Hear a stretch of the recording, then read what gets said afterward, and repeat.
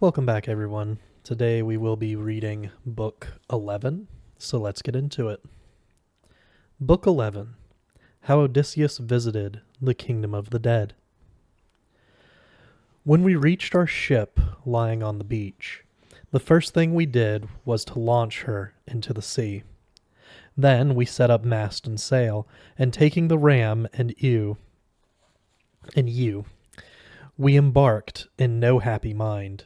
The radiant goddess, Circe, sent a sail-filling wind behind us, a good companion for a voyage.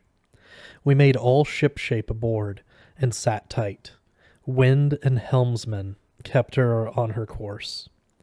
All day long we ran before the wind, with never a quiver on the sail. Then the sun set, and all the ways grew dark. We came at last to the deep stream of Oceanos, which is the world's boundary. There is the city of the Cimmerian people, wrapped in mist and cloud. Blazing Helios never looks down on them with his rays, not when he mounts into the starry sky, nor when he returns from sky to earth. But abominable night is forever spread over those unhappy mortals. There we beached our ship and put the animals ashore, and we walked along the shore until we came to the place which Circe had described. Paramedes and Eurylochus held fast the victims, while I drew my sword and dug the pit, a cubit's length along and across. I poured out the drink offering for all souls, for with honey and milk, then with fine wine, and the third time with water, and I sprinkled white barley meal over it. Earnestly I prayed to the empty shells of the dead, and promised that when I came to Ithaca I would sacrifice to them in my own house a pharaoh cow, the best I had, and heap fine things on the blazing pile. To Tiresias, alone in a different place, I would dedicate the best black ram among my flocks. When I had made prayer and supplication to the company of the dead, I cut the victims' throats over the pit, and the red blood poured out. Then the souls of the dead who had passed away came up in a crowd from Erebus. Young men and brides, old men who had suffered much, and tender maidens to whom sorrow was a new thing. Others killed in battle, warriors clad in blood-stained armor. All this crowd gathered about the pit from every side, with a dreadful great noise, which made me pale with fear. Then I told my men to take the victims which lay there slaughtered, to flay them and burn them, and to pray to mighty Hades and awful Persephone. I myself, with drawn sword, sat still, and would not let the empty shells of the dead come near the blood until I had asked my questions of Tiresias.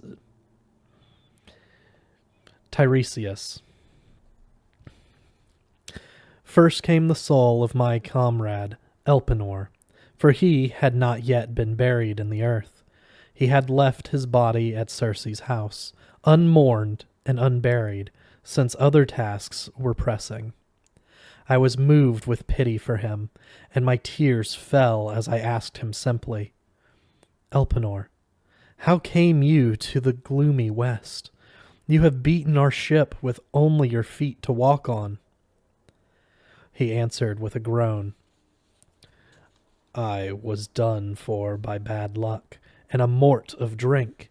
I slept on Circe's roof and forgot to climb down by the long ladder, fell head over heels off the roof, broke my neck, and my soul came down to Hades.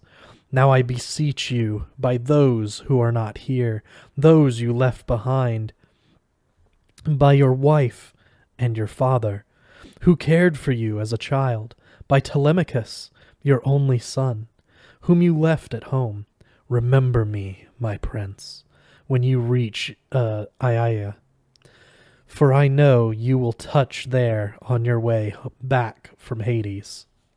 Do not leave me unmourned and unburied. Do not desert me, or I may draw God's vengeance upon you. Burn me with all my arms, and pile up a barrow on the shore of the gray sea, that in days to come men may hear the story of an unhappy man. Do this for me, and plant my oar on the mound, the same oar which I used when I rowed with my companions. I heard and answered, Be sure I will do this for you, my unhappy friend. As we exchanged these sad words, I stood on one side holding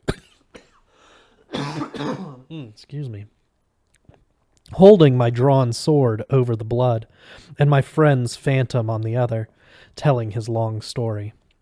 Then came the soul of my dead mother, Anticelia, daughter of the brave Autolycus. She was alive when I left Ithaca on my voyage to sacred Ilion. My tears fell when I saw her, and I was moved with pity, but all the same, I would not let her come near the blood before I had asked my questions of Tiresias. Then came the soul of Theban Tiresias, holding a golden rod. He knew me and said, What brings you here, unhappy man, away from the light of the sun, to visit this unpleasing place of the dead? Move back from the pit, hold off your sharp sword, that I may drink of the blood and tell you the truth. As he spoke, I stepped back from the pit and pushed my sword into the scabbard. He drank of the blood, and only then spoke as the prophet without reproach. You seek to return home, mighty Odysseus, and home is sweet as honey, but God will make your voyage hard and dangerous, for I do not think the Earthshaker will fail to see you, and he is furious against you because you blinded his son. Nevertheless, you may all get safe home still, although not without suffering much. If you can control yourself and your companions when you have traversed the sea as far as the island of Thrinacia, there you will find the cattle and sheep of Helios, who sees all things and hears all things. If you sail on without hurting them, you may come safe to Ithaca, although not without suffering much. But if you do hurt them, then I foretell destruction for your ship and your crew, and if you can escape it yourself, you will arrive late and miserable, all your companions lost in the ship of a stranger. You will find trouble in your house, proud, blustering men who devour your substance and plague your wife to marry, and offer their bridal gifts. But you shall exact retribution from these men. When you have killed them in your hall, whether by craft or open fight with the cold steel, you must take an oar with you and journey until you find men who do not know the sea nor mix salt with their food. They have no crimson-cheeked ships, no handy oars, which are like so many winged feathers to a ship. I will give you an unmistakable token, which you cannot miss. When a wayfarer shall meet you and tell you that is a winnowing shovel on your shoulder, fix the oar in the ground and make sacrifice to King Poseidon, a ram, a bull, and a boar pig. Then return home and make solemn sacrifice to the immortal gods who rule the broad heavens, every one in order. Death shall come to you from the sea. Death ever so peaceful shall take you off, when comfortable old age shall be your only burden.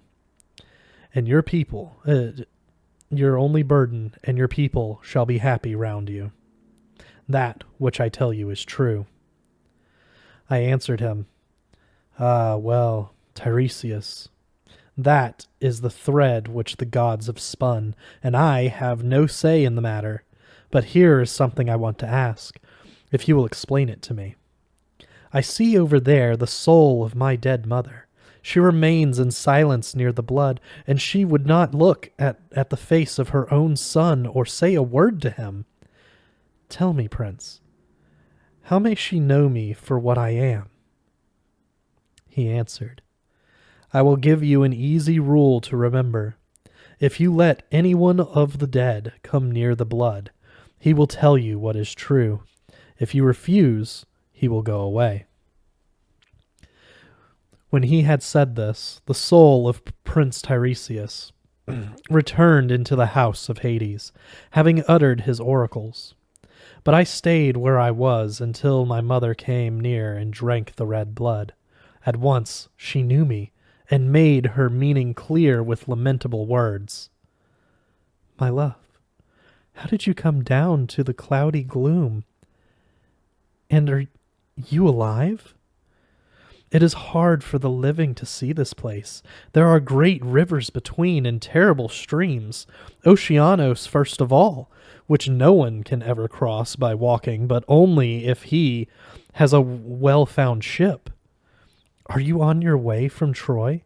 Have you been wandering about with ship and crew all this time? Haven't you ever been back to Ithaca and seen your wife in your own house? I answered, Dear mother, necessity has brought me to the house of Hades, for I had to consult the soul of Tiresias the Theban. I have not been near Achaia, nor set foot in our country. I have been driven about incessantly in toil and trouble ever since I first sailed from King Agamemnon for Troy, to see its fine horses and to fight with its people. But do tell me, really and truly, what was the cause of your death? How did you die? Was it a long disease, or did Artemides' archeress kill you with her gentle shafts? And tell me about my father and the son I left behind me. Do they still hold my honors and my possessions, or have they passed to some other man because people think I will never return? And tell me of my own wedded wife, what she thinks and what she means to do. Does she remain with the boy and keep all safe, or has she already married the best man who offered? My beloved mother answered at once, Aye, indeed, she does remain in your house. She has a patient heart, but her nights and days are consumed with tears and sorrow. Your honors and your possessions have not yet been taken away by any man, but Telemachus holds your demesne and attends the public banquets as a ruling prince ought to do, for they all invite him. But your father stays there in the country and never comes to town. His bedding is not glossy rugs and blankets on a bedstead, but in winter he sleeps among the hinds in the house, in the dust beside the fire, and wears poor clothes. When summer comes and blooming autumn, he lies on the ground anywhere about the slope of his vineyard, on a heap of fallen leaves. There he lies sorrowing and will not be comforted, longing for your return. Old age weighs heavy upon him. And this is how I sickened and died.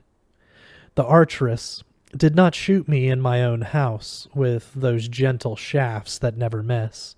It was no disease that made me pine away, but I missed you so much, and your clever wit and your gay merry ways, and life was sweet no longer. So I died. When I heard this, I longed to throw my arms round her neck. 3 times I tried to embrace the ghost. 3 times it slipped through my hands like a shadow or a dream. A sharp pang pierced my heart, and I cried out straight from my heart to hers, Mother dear, why don't you stay with me when I long to embrace you? Let us relieve our hearts and have a good cry in each other's arms. Are you only a phantom which awful Persephone has sent to me, more unhappy than ever? Sent to make me more unhappy than ever. My dear mother answered, Alas, alas, my child, most luckless creature on the face of the earth! Persephone is not deceiving you.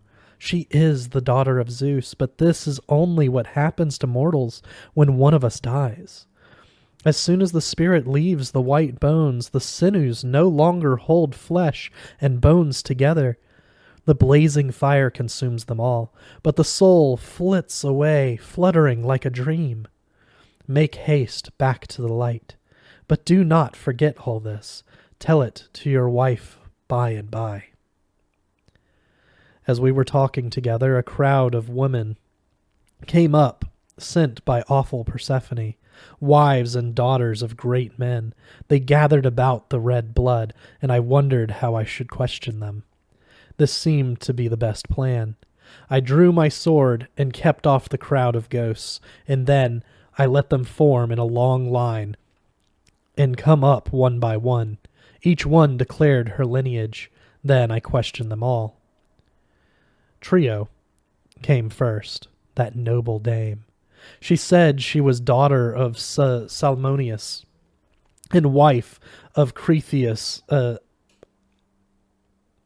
Ioledes, but she was in love with an Enippus, the river god, most beautiful of all the rivers that flow on the earth, and she used to frequent the banks of this river. Poseidon Earthshaker took on him the shape of this river god, and lay with her at the mouth of the eddying stream. A dark purple wave made an arch over them like a mountain cave, to shelter the god and the mortal woman. He loosened her maiden girdle, and made her fall into a deep sleep. When their love was fulfilled, he took her by the hand, and said, A blessing on your love, my dearest. When the year has rolled round, you shall bring forth glorious children, for a god's embrace is not barren. Nurse the boys, and rear them with loving care. And now, return to your home, keep it to yourself, and say nothing. But know that I am Poseidon Earthshaker. Then he dived into the billows of the deep. She conceived, and brought forth Peleus and Neleus, who both became mighty servants of Zeus. Peleus dwelt in the broad spaces of Iolcos, rich in countless flocks of sheep, the other in sandy Pylos. She bore other sons as queen of King Cretheus, Aeson and Pheres, and Amathion, so famous with chariot and horses. Next to her, I saw Antiope, the daughter of Asiphos, who could boast that she had slept in the arms of Zeus. And she bore 2 boys, Amphion and Zethos. These 2 first founded the stronghold of Thebes, with its 7 gates, and fortified it. Since without walls and towers they could not live in spacious Thebes, mighty though they were. After her, I saw Alcmene, the wife of Amphitryon, who brought forth Heracles, the indomitable Lionheart, when she had lain in the arms of mighty Zeus, and the daughter of proud Creon, Megara, who became the wife of Amphitrion's son, the hero whom no labor could weary.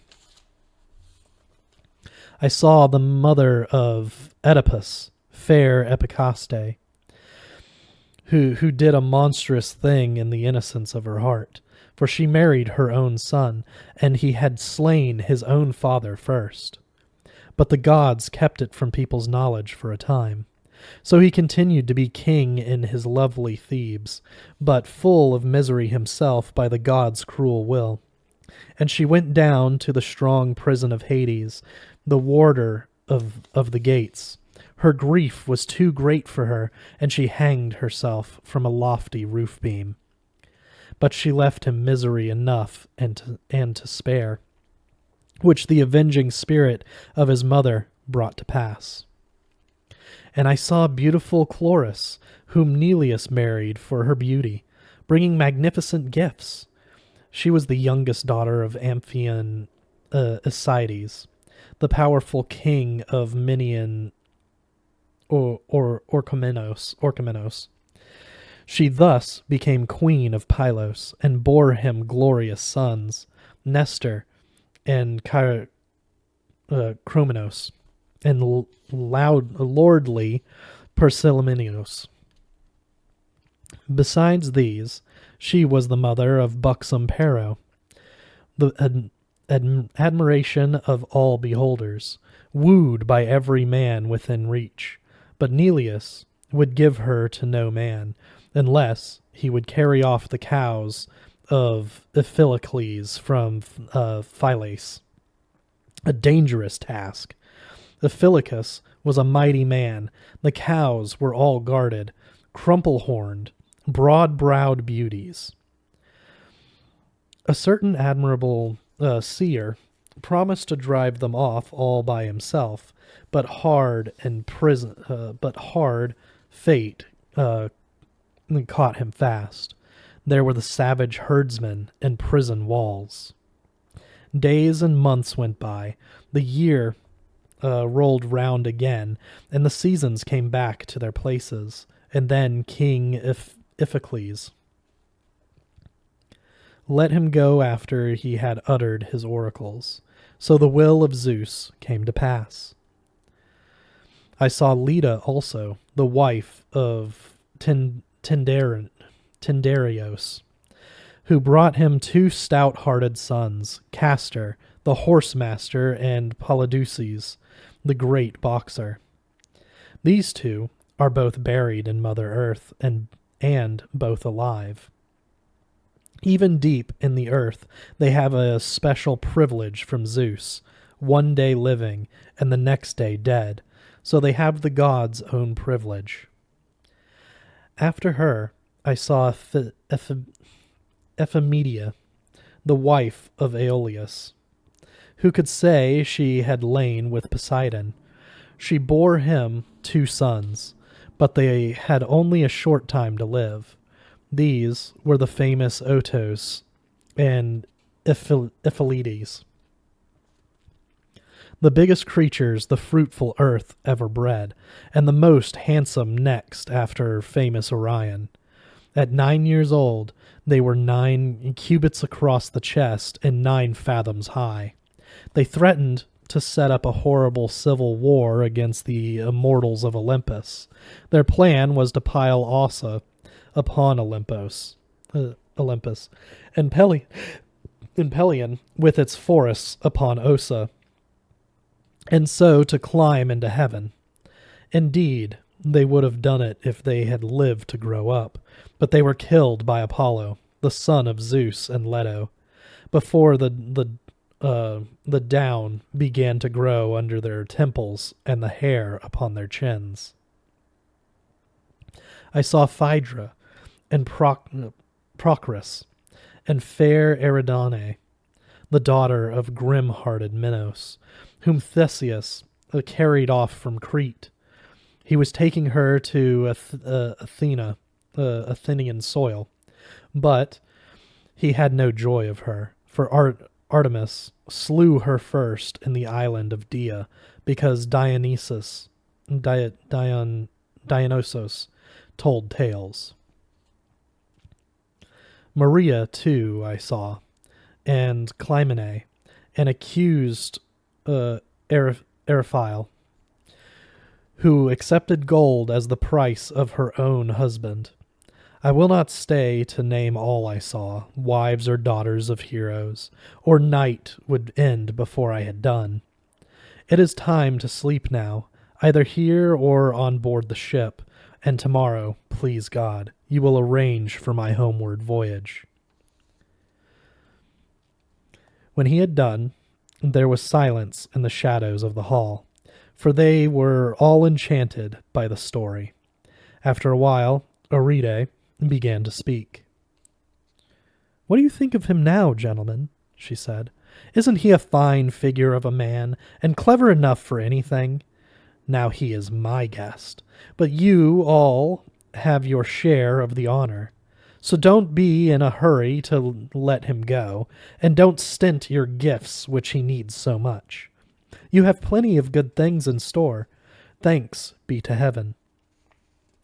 Echinos followed up and said, "My friends, what our wise queen says is not far from the mark, just what we might expect. You should do as she bids you, but here is Alcinous, and all that we say or do depends on him."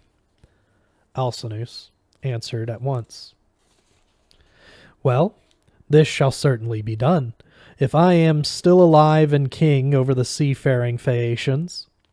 But let our guest make up his mind to stay at least over tomorrow, however anxious he may be to get home, and that will give me time to bring all our gifts together. To give him a safe journey is the concern of the whole nation, but mine most especially, since mine is the chief power of the land." Odysseus answered readily, "Most illustrious prince, if you should bid me to stay here for a 12-month, while you are making full preparations for the voyage and heaping your bounty upon me, that is just what I should choose. The fuller my hands, the better welcome I should find when I came home. They would all think the more of me and love me better when they saw me in Ithaca safe and sound." To this Alcinous replied, "My dear Odysseus, to see you is quite enough to show that you are no cheat or impostor, like so many others. There is a rich crop of such men flourishing on the fat soil of this world, who dress up fabulous tales about what no eye could ever see. But there is the spirit of honest truth about your story, as well as the artist's finish, and you have told it like a poet who understands his craft. What a sad story of your own travels and the whole Argive nation! But now, be so kind as to tell us something more. Did you see any of your noble comrades who were on Ilion with you, and there met their fate? There is any amount of the long night before us. It is not time for bed yet. Please go on with your tale of marvels. I could listen till daylight shall appear, if you would have the patience to finish your touching story under this roof." Odysseus was ready to play up to him, and answered, "Most illustrious prince, there is a time for long stories, and there is a time for sleep. But if you wish to hear, I would not grudge you a story even more touching. The misfortunes of those who perished afterwards, when they had come safe out of the perils of the battlefield, and returned home only to fall by the treachery of a woman." "Very well, then. As soon as dread Persephone had dispersed the ghosts of the women, the ghost of Agamemnon, Atrides, came near full of sorrow. There was a crowd of others round him, those who died with him in the house of Aegisthus. The king knew me as soon as he had drunk the red blood. He cried aloud and wept, stretching out his hands toward me and trying to reach me. But there was no strength or power left in him, such as there used to be in that body so full of life.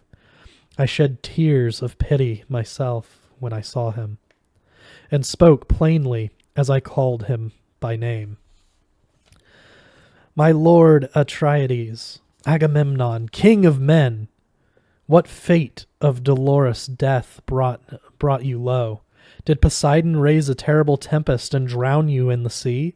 Or did the hand of an enemy strike you down on dry land in some foray or cattle raid, or fighting for conquest and captives?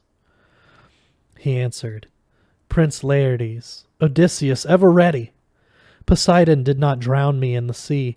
No, no enemy struck me down on dry land, but Aegisthus plotted my death with my accursed wife, invited me to his house, set me down to a banquet, butchered me as if I were an ox at the manger.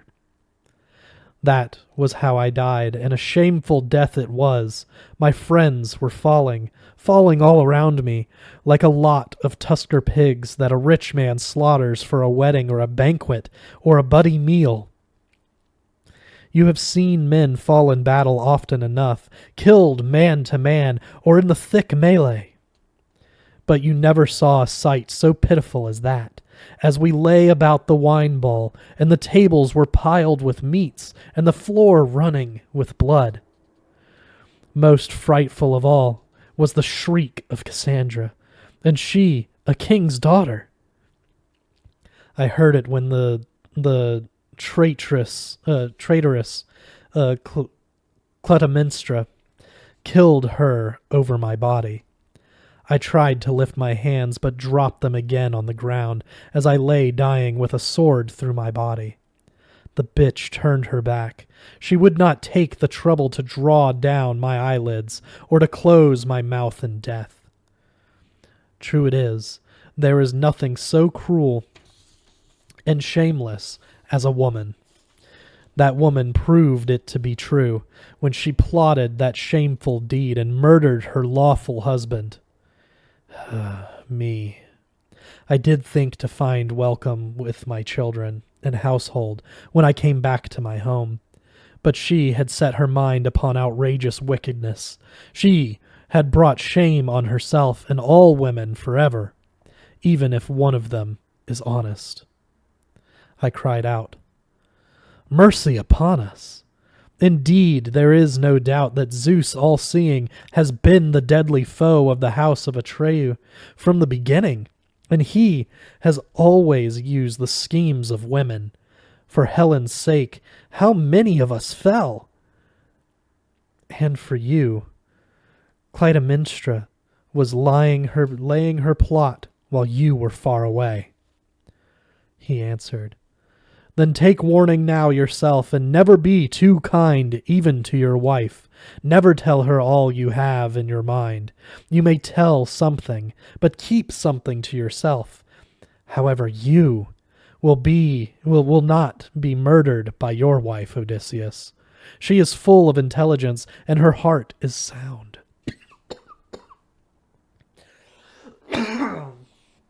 Your prudent and modest Penelope."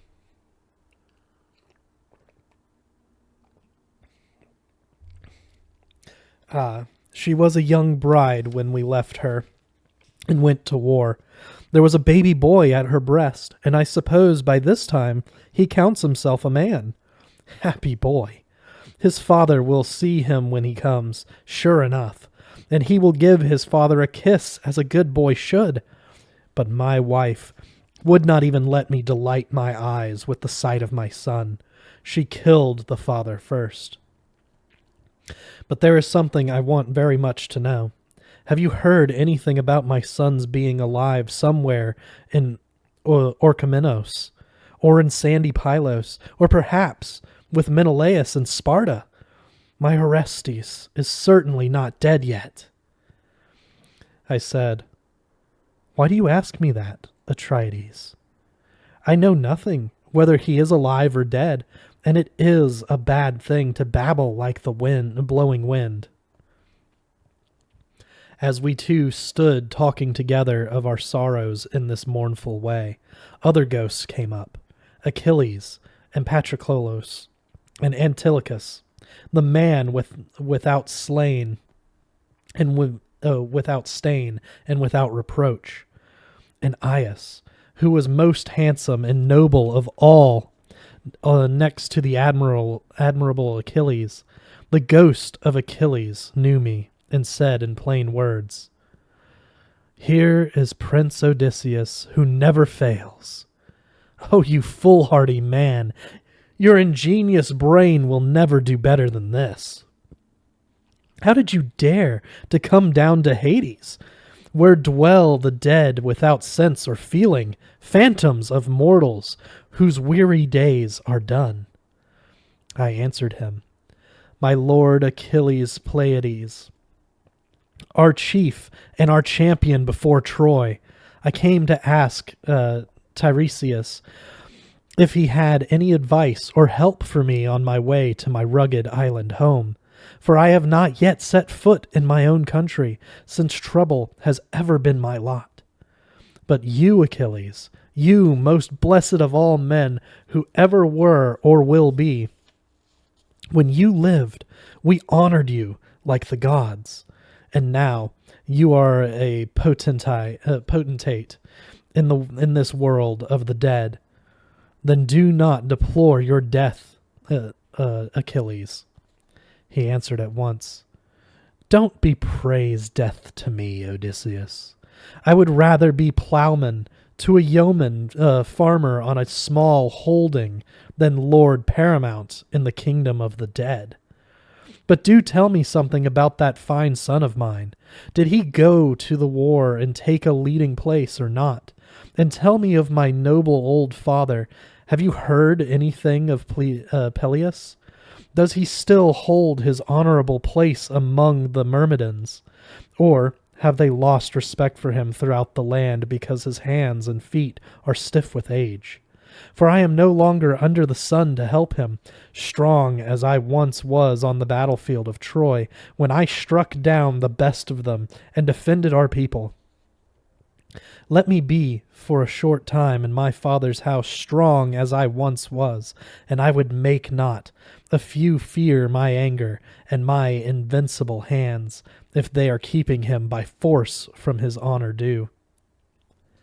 I answered, I have nothing to tell you of your noble father Peleus, but I can tell you about your beloved son Neoptolemus, and there is nothing to hide. In fact, I brought him in my own ship from Skyros to join the Achaean army. When we held a council of war, he was always the first to speak, and always found the right thing to say. Only Nestor and I were superior. When we met our enemies in battle, he did not lag among the crowd or in the scrimmage, but showed himself well in front, the bravest of the brave. Many a man he killed in fair fight. I will not name all those he killed on the field, but what a man was brought low when he ran his sword through.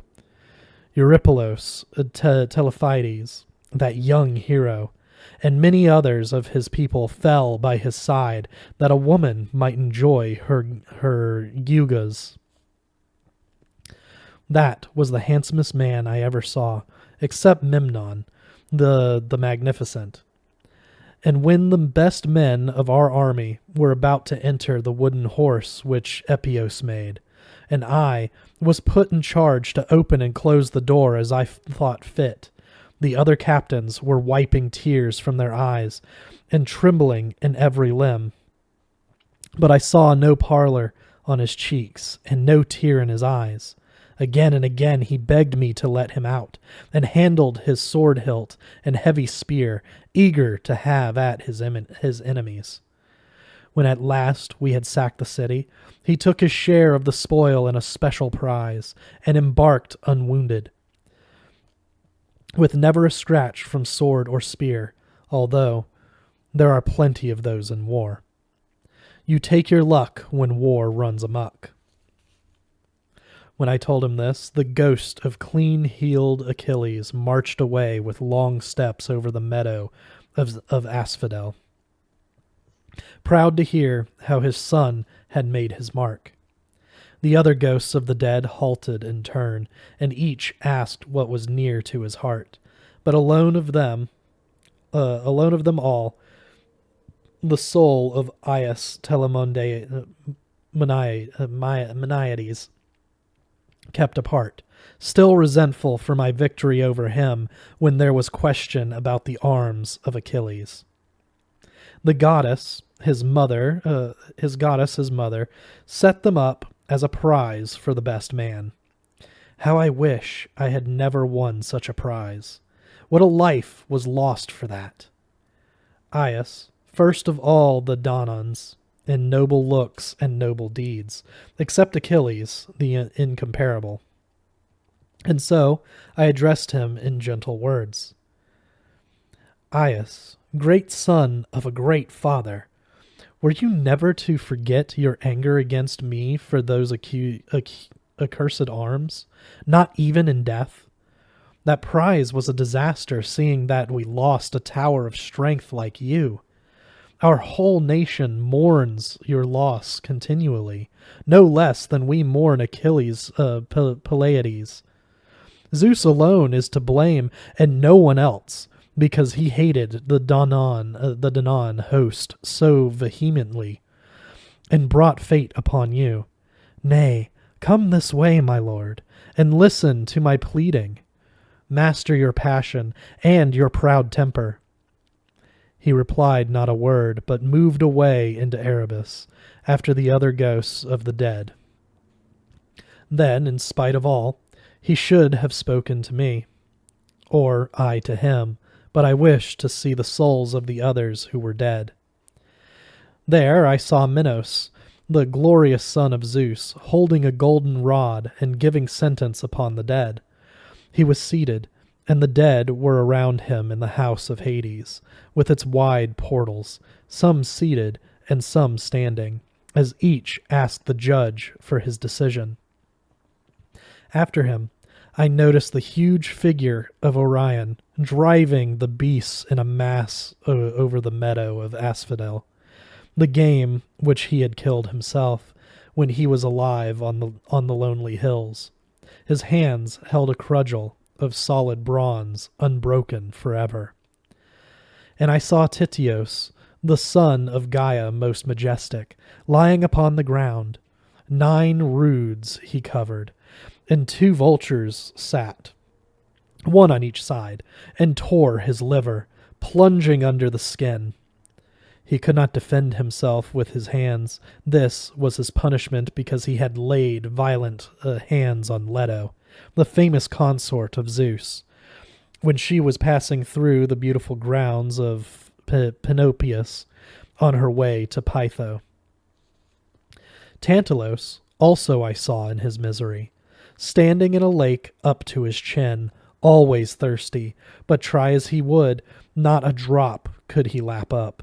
For as often as the poor old man dipped his head to take a drink, the water was sucked back and disappeared until the dark earth showed under his feet as fate dried it away. Tall trees in full leaf dangled their fruit over his head, pears and pomegranates and fine juicy apples, sweet figs and ripe olives. But as often as the poor man reached out a hand to catch one, the wind tossed them all up to the clouds. Sisyphus also I saw in his tedious task, as he held up a monstrous stone with both hands. Scrambling with his feet and pushing with his hands, he heaved the stone up the hill. But just as he was about to topple it over the crest, the weight was too much for him, and turned it back. Down along to the ground rolled the stone, pitiless. Then he would push again, stretching and struggling with sweat pouring off every limb and the dust rising from his head. After him, I saw mighty Heracles, his phantom, that is. But Heracles himself is with the immortal gods, as happy as the day is long, with graceful youth for his bride. Around this phantom, the ghosts were gibbering and twittering like a flock of birds, and scattering hither and thither. He stood holding his naked bow with arrow on string, looking as black as night, and casting dreadful glances round, forever as if just about to shoot. A terrible baldric was round about his chest, a golden strap covered with wonderful work, bears and wild boars and glaring lions, battles and conflicts and bloody death. May the artist never invent another work of art who made that terrible baldric by his genius. The hero knew me when he caught sight of me, and sped his words straight to the mark. Prince Laertides, Odysseus never failing, I pity you, for you are dogged by an evil fate, as I was under the light of the sun. My father was Zeus Cronion, yet I had infinite tribulation to endure, for I was bound to a contemplatable fellow who set me dangerous labors. Once he sent me here for the dog, because he thought he could find no more dangerous labor than that. I brought him up. I got him from Hades, sure enough, under conduct of Herminius and Pallas Athena. With these words he strode back into the house of Hades, but I remained where I was, in case any other of the heroes of past times should appear. And indeed, I should have seen others of those ancient men whom I wished especially to see, as Theseus and Perithous, the innumerable hosts of the dead gathered together with deafening cries, and I grew pale with fear that awful Persephone might send out of Hades upon me a gorgon head of some dreadful monster. Then I went back at once to the ship and told my men to loose the hawser and get away. They were soon rowing steadily on their benches, and the current bore us steadily down the ocean stream, oars at first, afterwards a following breeze. With that, we will see you guys next week with Book 12.